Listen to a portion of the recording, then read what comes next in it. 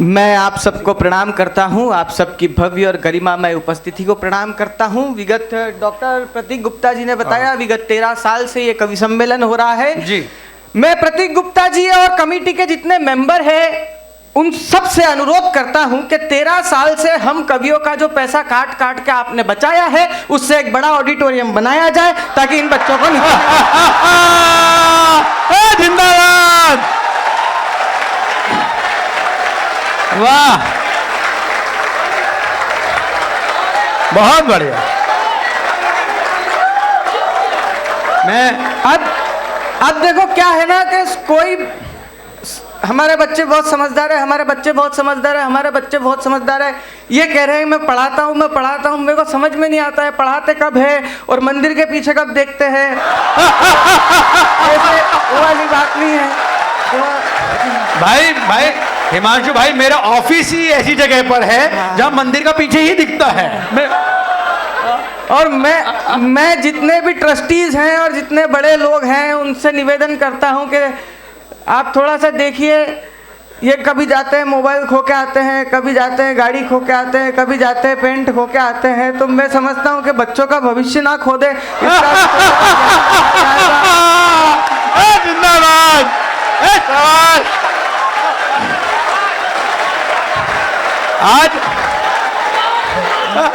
आज बेटा तेरा लिफाफा खोऊंगा मैं। आप मस्ती में रहिए सर, जिंदाबाद। लेकिन मैं आपको एक बात कहता हूँ, सन 2016 में मैंने कॉमेडी सुपरस्टार किया था और सही बात है सुष्मिता सेन ने मुझे उस सीरीज में 7 बार गले लगाया, लेकिन वो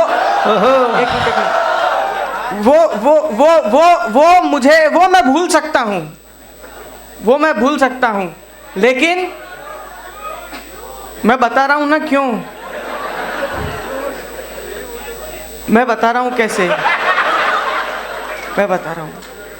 लेकिन मुझे वो दिन याद है 17 मई 2017 को मैं वापी में था और पहली बार मैंने अपने super hero doctor Hariom Pawar को देखा और इन्होंने मंच पर मेरी प्रस्तुति पर मुझे गले लगाया। वाह, ये मेरे लिए बड़ी बात भाई, वाह वाह वाह वाह वाह वाह वाह।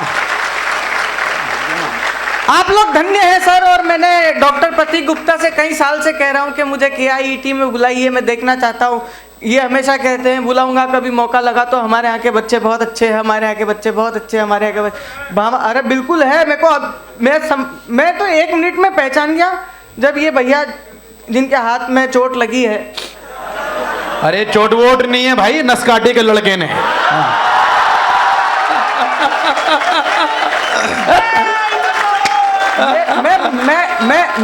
मैं बताऊं ये वो क्या है कि रामकृष्णन का नाचो नाचो ऐसे हो रहा था, इनका ऐसे ऐसे हो रहा था। तो मैं बताऊं, इन्होंने जब परिचय दिया पवन भैया का तो पवन भैया आए, इधर कल्याण का तो कल्याण आए। जैसे ही इन्होंने तिष्या श्री जी का परिचय दिया और जो वहां से बिना बोले ही प्रतिक्रिया आई, मैं समझ गया कि यहाँ के बच्चे बहुत ज्यादा टैलेंटेड हैं और मैं आप सबको प्रणाम करता हूँ। 15-20 मिनट मुझे भी दे दीजिएगा भाई साहब, आप भी बैठ जाओ। 3 लड़के तीनों जोड़े से हैं, बहुत सारे कानून में चेंजेस होना भी गलत है समाज के लिए। आप बिल्कुल मस्ती में रहिए सर, मैं कोई ये नहीं पाऊंगा कि ये मेरा आखिरी दिन है, मैं एक ना एक दिन मर जाऊंगा या वो भाग गई या उसके हाथ पीले हो गए। ऑलरेडी बहुत सारे टेंशन है सेमिस्टर के, असाइनमेंट के, इसके उसके। अगर किसी का प्यार भाग गया हो तो उसको क्यों याद दिलाओ। सही बात है, आप उसको प्रेरित करो, उसको छोड़।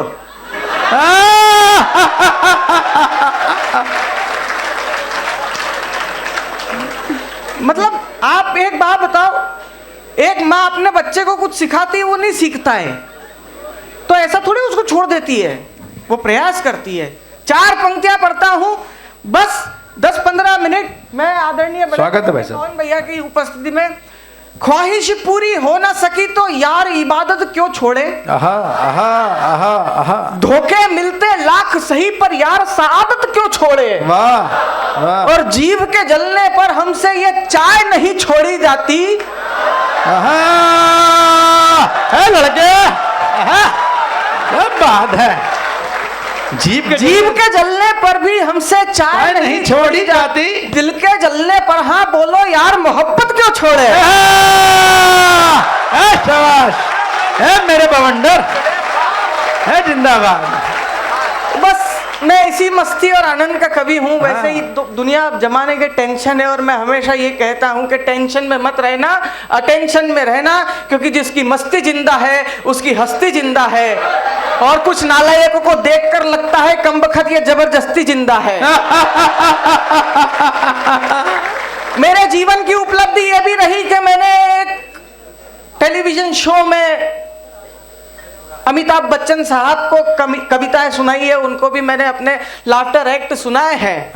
और मैं ये चीज हमेशा हर रोज गर्व से कहता हूं और डॉक्टर हरिओम पवार साहब की उपस्थिति में कहता हूं कि जब तक हम जैसे लोगों पर हास्य की बागडोर है, कोई समय रहना और कोई कुणाल कामरा हमारा कुछ भाई वाह, शाबाश, वाह, क्या बात है। तालियां कमजोर है, बालकों जो हाथ उठा के ताली बजा, बड़ी बात कही है हिमांशु, वाह।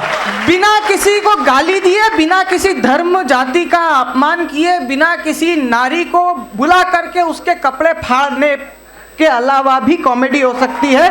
मैं 10 मिनट से शाबाश, जिंदाबाद। आप बड़े इसी मस्ती में रहो साहब। दुनिया जमाने की टेंशन है, सबसे ज्यादा टेंशन ये मोबाइल दे रहा है। भैया रख लो नीचे, क्या करोगे तुम? मोबाइल से शूट करोगे, जिसको भेजोगे उसकी फ्रेंड रिक्वेस्ट मेरे पास आएगी। जिंदाबाद।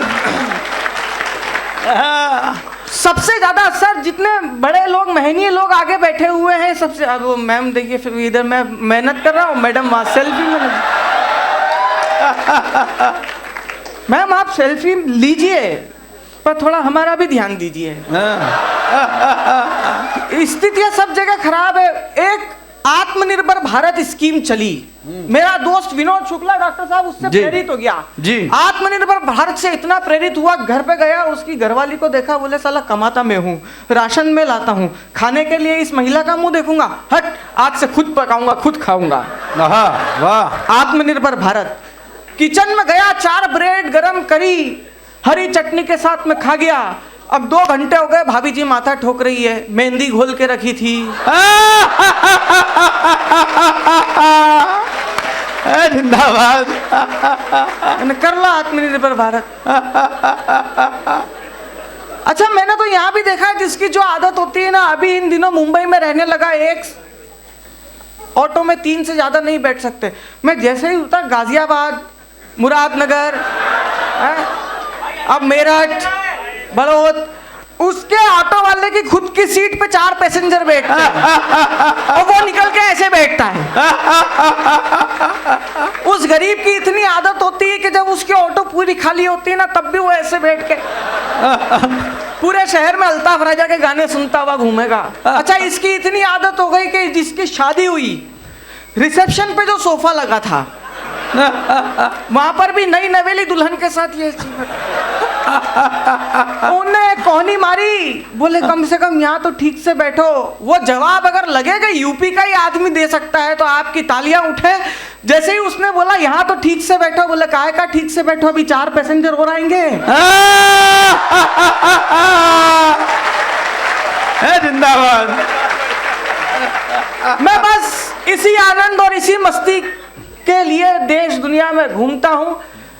लोग बात कह रहे थे, पवन भैया कह रहे थे, बोले ताज उत्सव कराते हिमांशु बेंगलोर जाते हैं यार, क्या 25-25 हजार लोग होते हैं, यहाँ तो कुछ 200-500 बच्चे हैं।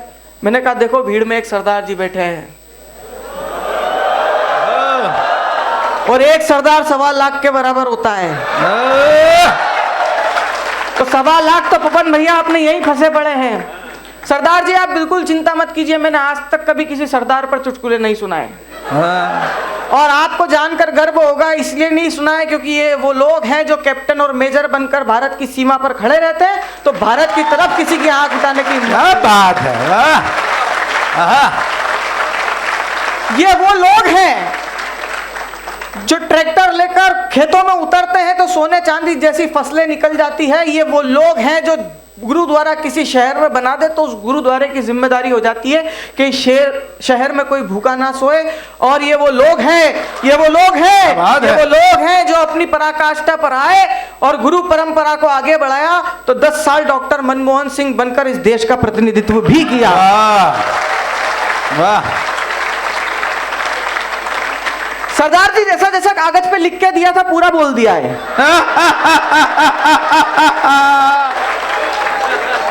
जिंदाबाद। और वो जो 2100 रुपए फोन पे करने का बोला था, मैंने नंबर भेज दिया। आप मजे में रहिए सर, मैं कभी ये प्यार व्यार ने होठ ने आंखें ने, हम लड़के सबसे ज्यादा खूबसूरत होते हैं, पैदा होते ही खूबसूरत होते हैं।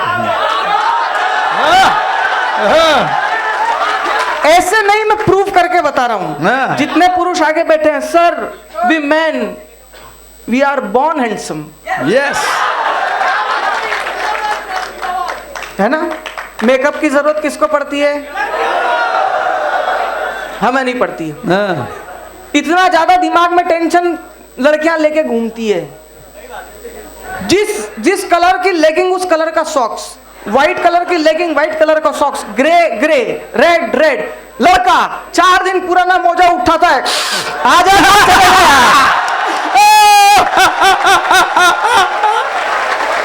जिंदाबाद। लेकिन समाज हमारे साथ बहुत अन्याय और अत्याचार करता है, हमें कभी आगे नहीं आने देता। मछली जल की रानी है, इसमें भी मछली है। क्यों? ध्यान से देखो तालाब में, उसमें केकड़े, मगरमच्छ, झींगे, कछुए, मेंढक सब होते हैं, फिर भी रानी कौन हुई? मछली। छाती पे सांप लौटते हैं। एक सर वरुण भाई एक स्टेटस अपलोड कर दे, फीलिंग हंग्री, नीचे कमेंट की बारिश।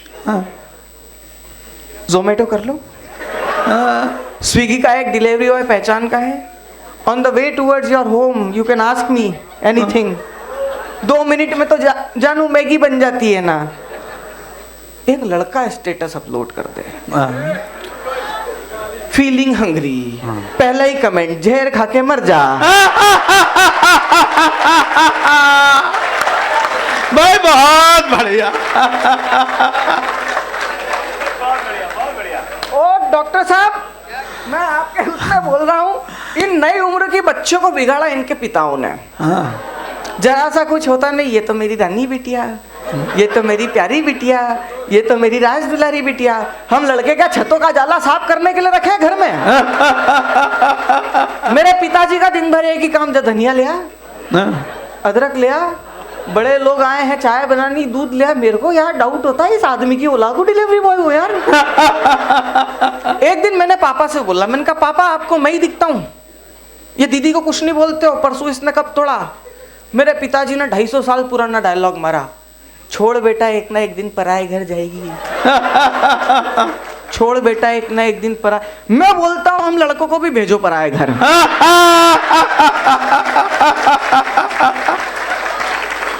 हम भी हमारा टैलेंट बता के आएंगे। दूसरों की घर परिवार की जमी जमाई रंगोली पे पानी कैसे ढोला जाता है।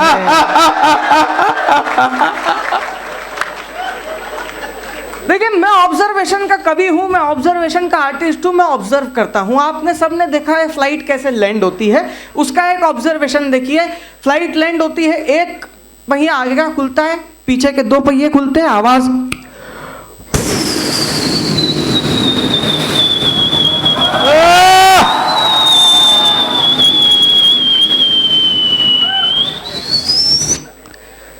फ्लाइट लैंड हो जाती है। आप चौराहे पर पापा की परी को ब्रेक लगाते हुए देखिए स्कूटी का। जैसे ही कोई ऑब्स्टेकल आया दोनों पैर खुलते हैं।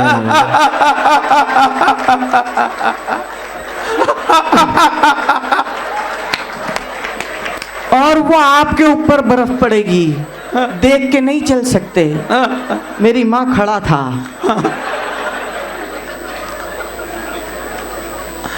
हम मस्ती में रहिए सर, टेंशन में मत रहिए। मैं बोल रहा हूँ ये मोबाइल बहुत टेंशन देता है। हमने आपस के संवाद बंद कर दिए, हमारी जुबान डायर हो गई और हमारे अंगूठे बतियाने लगे हैं। आहा आहा आहा आहा, वाह। पिछले दिनों मेरे पास में ये गीतकार महोदय हैं, इनका मैसेज आया और वो व्हाट्सएप का एक फीचर जो सबसे ज्यादा दिमाग खराब करता है, दिस मैसेज वॉज डिलीटेड। सांसें ऊपर नीचे हो जाती कि क्या ही हुआ होगा, क्या हो क्या गया। मतलब डॉक्टर साहिबा मैसेज आया मेरे गीतकार महोदय का, मैंने जैसे ही देखा दिस मैसेज वॉज डिलीटेड, मैंने रीटाइप किया। मैंने कहा बताओ गीतकार महोदय क्या बात हो गई। उधर से उनका मैसेज आया, हिमांशु भैया थोड़े पैसों की जरूरत थी। मैंने कहा वापस डिलीट करो, या मेरे पास ही नहीं है। स्थितियां कभी भी गड़बड़ हो जाती है, लेकिन आप लोग हंस रहे हैं, अच्छा लग रहा हो। मैं 5-7 मिनट हाँ, अरे ताली वाली बजा के बताओ यार। ताली बजा रहे हैं, अच्छे से बजा रहे हैं। पर मुझे ये चीज की दिक्कत है, हम लड़कों को हमारा कुछ भी नहीं है हमारे लिए। हकीकत बात कर रहा हूँ। अच्छा जितने लोग आगे बैठे हैं, आप मैं बोल रहा हूँ ना, मैं ऑब्जर्वेशन का कवि हूँ। मैं एक ऑब्जर्वेशन और देता हूँ आपको। जितने लोग आगे बैठे हुए हैं 4th-5वीं रेखा तक, अगर एसी 3rd टायर या 2nd टायर में आपकी लोअर बर्थ या साइड लोअर बर्थ है, तो फिर वो आपकी नहीं रहेगी। एक महिला आएगी और वो धीरे से बोलेगी एक्सक्यूज मी, और जब उसका ये एक्सक्यूज मी आप पर काम नहीं करेगा, तब वो अपने अभिनय में और निखार लेकर आएगी। वो अपनी तर्जनी उंगली यानी इंडेक्स फिंगर से अपने आगे आए हुए बालों को कानों के पीछे ले जाती है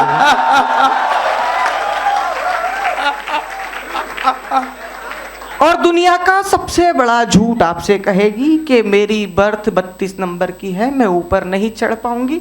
आप आपकी बर्थ मेरी बर्थ से एक्सचेंज कर लीजिए। दुनिया का सबसे बड़ा झूठ।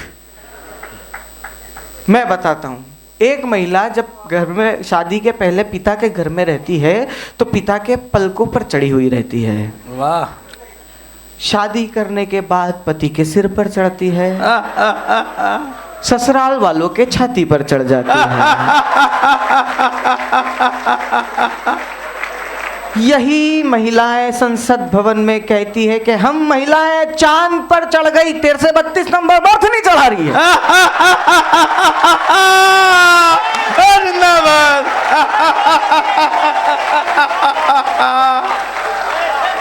बहुत बढ़िया यार। एक तो ये जेंडर इक्वलिटी की बात करते हैं, हम पुरुषों से कंधा मिला के चलेंगे। अरे चलो ना यार, कौन मना कर रहा है। लेकिन जब घर में लाल सिलेंडर उठाने की बारी आती है, हम और जितने सारे व्रत त्योहार है सब इनके लिए ही हैं, सब इनके लिए, हमारे लिए कुछ भी नहीं है। और डेकोरम इतना मेंटेन करके जाएंगी, इतना मेंटेन करके जाएंगी। ये तिशा जी जो है MBBS डॉक्टर है, इनके हॉस्पिटल से एक सीन उठाता हूं मैं। आईसीयू में एक 78-79 इयर्स ओल्ड अंकल वो एडमिट है, उनको देखने जा रही हैं। ऊपर से लेके पूरा नीचे तक डेकोरम कैसे मेंटेन होगा देखना, मेरा ऑब्जर्वेशन। कुमकुम चंदन रोली सुरमा सिंदूर लाली माथे की बिंदिया पाँव की बिछिया मेहंदी से रचकर पाँव में महावर लिपस्टिक लिप लॉप lip pencil eyeliner eye shiner लस्करा मस्करा फैशन का टेंशन लेकर हो जाएंगे secure. Waxing bleaching threading pedicure manicure. और उसके बाद पड़ोसन से बोल रही होती है, ओ श्रीवास्तव भाभी जल्दी जल्दी में तैयार ही नहीं हुई। मैंने कहा देवी जी क्या था ये, बस जितने सर जब जब इस धरती पर कोई पुरुष अपने अधिकार की बात करने के लिए खड़ा होता है,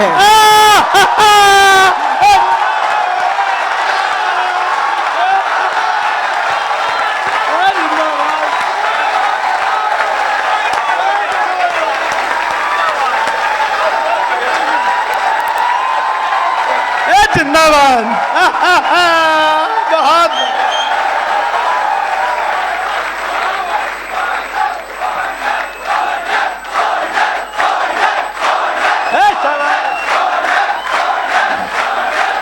जिंदाबाद। कमाल। हालांकि पोछे की कोई जरूरत नहीं थी, लेकिन लगाया क्यों मैं बताऊं आपको। सदियों से इन महिलाओं को बदला लेने की जो आदत है, पीछे कर दिया गीला के जैसे ही पलटे और फिसले, है ना। बदला देखो, वो नागिन के भी आंखों में तस्वीर आ जाती थी। और एक बात बताओ, ये जितने बैठे हुए शादीशुदा पुरुष, उनके लिए प्रश्न है। डॉक्टर साहब आप भी कौन भैया सुनिए। प्रहलाद को जलाने के लिए तैयार कौन हुई थी? बुआ होलिका। बदनाम फूफा क्यों हुए? वाह। हम लोगों का कुछ भी नहीं हो सकता, लेकिन हम लोग बहुत अच्छे लोग होते हैं, बहुत शालीन, और हम बहुत दयावान लोग होते हैं। करुणा हम में कूट कूट के भरी है। मैं बता रहा हूँ, वही 79 इयर्स ओल्ड अंकल, चेतना खोदी, 4-5 दिन से कुछ खाया पिया नहीं, रिश्ते भूल गए। कोई आता है फूफा जी नहीं उठते, कोई आता है हिलाता है मौसा जी नहीं उठते, कोई आता है हिलाता है, कानों में एक आवाज पड़ती है, जिया जी।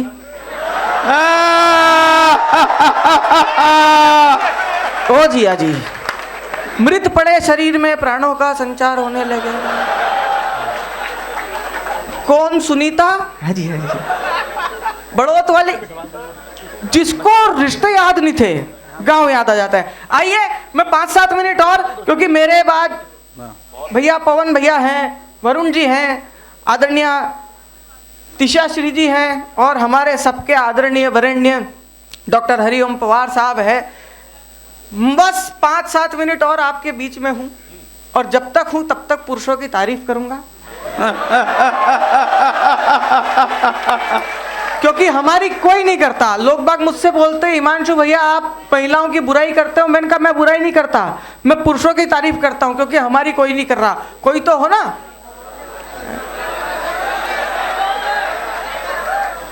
हाँ हकीकत। अच्छा, इन महिलाओं की एक्सेप्टेशंस इन लड़कियों की इतनी ज्यादा और इतनी हाई होती है ना, जिसकी कोई हद नहीं।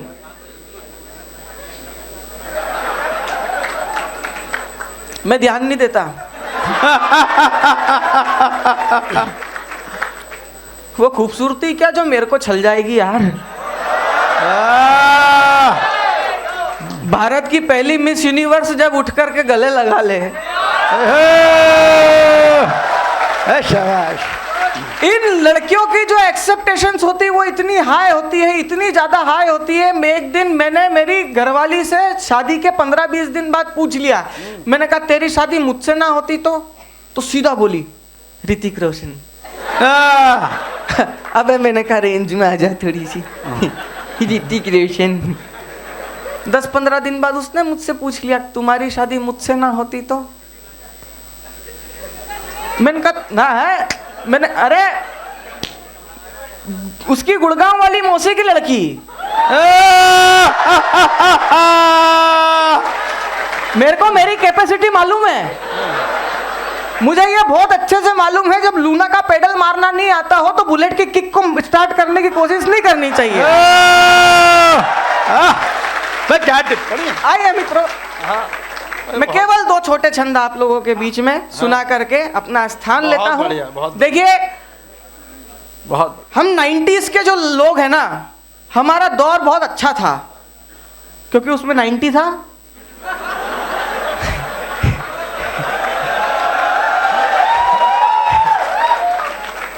नहीं, लेकिन एक पंक्ति का व्यंग करता हूं। अगर वायरल कुछ कर सको तो ये करना। डॉक्टर प्रतीक गुप्ता जी, आप भी 90 से हो, मैं भी 90 का हूं। हम 90 की पीढ़ी के लोगों की सबसे बड़ी विडंबना यह है कि हम हमारे बाप से डरने वाली आखिरी और हमारी औलाद से डरने वाली पहली पीढ़ी है। भाई वाह, भाई वाह वाह वाह वाह वाह, भाई बहुत बड़ी बात है, बहुत बढ़िया। बहुत अच्छी बात। बस अब हाँ। जो आपका एक टेस्ट है उसका एक छोटा सा फ्लेवर 3 मिनट में देकर अपना स्थान ग्रहण करता हूँ। स्वागत है। मेरे भी जब 12th हमारे टाइम पर रिजल्ट ऑनलाइन नहीं आते थे, नोटिस बोर्ड पर आया करते थे।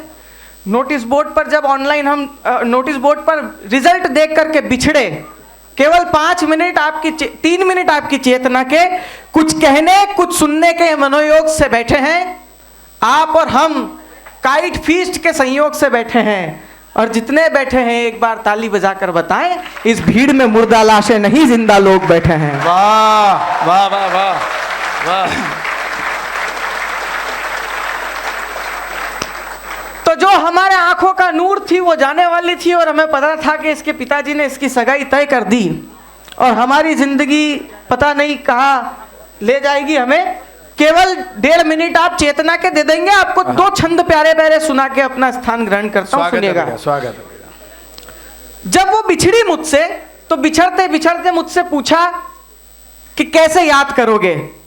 मैंने अगर एक बात कही कि ऐसे याद करूंगा, और दूसरा दावा किया कि तुझे इस जगह और इस पल याद आऊंगा। बस ये 2 चीज याद रखिए, और अगर वो पल मैंने बता दिया हो तो एक एक व्यक्ति की तालीम में अपने बैठने के क्रम में हूं, सुनिए।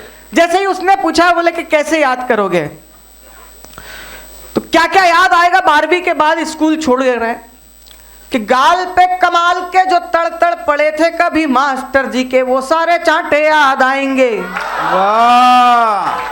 मित्र जो विचित्र थे पर अपने लिए इत्र थे, लंबे छोटे गोरे काले नाटे याद आएंगे। और क्या याद आएगा, सुनिए। प्यार के व्यापार में जो हमने भोगे थे कभी, वो सारे मुनाफे और घाटे याद आएंगे। चौथी पंक्ति सुन के बताइएगा। प्यार के व्यापार में जो हमने भोगे थे कभी, वो सारे मुनाफे और घाटे याद आएंगे। तुझे मेरे घर का अचार याद आएगा तो मुझे तेरे हाथों के पराठे याद आएंगे। वाह वाह वाह वाह वाह, बहुत बढ़िया वंडर, वाह बहुत बढ़िया। अंतिम छंद मैंने जो दावा किया कि तू मुझे कहां किस जगह और किस पल याद करेगी, सुन। 12वीं के बाद जब स्कूल छोड़ के गए थे, तपती दोपहरी का जून याद आएगा। और क्या प्यारा प्यार होता था हमारा, सुनिएगा।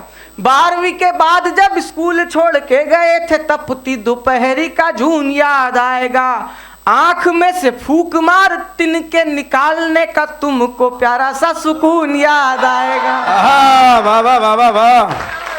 हिमाचल की शिमला याद आएगी कभी तो। अंतिम 4 पंक्तियां मेरी और बैठने का क्रम। हिमाचल की शिमला याद आएगी कभी तो, ऊटी मसूरी देहरादून याद आएगा। और एक ही टॉफी का तोड़, तेरा मेरा दोनों का खाना, तुमको तुम्हारे हनीमून याद आएगा।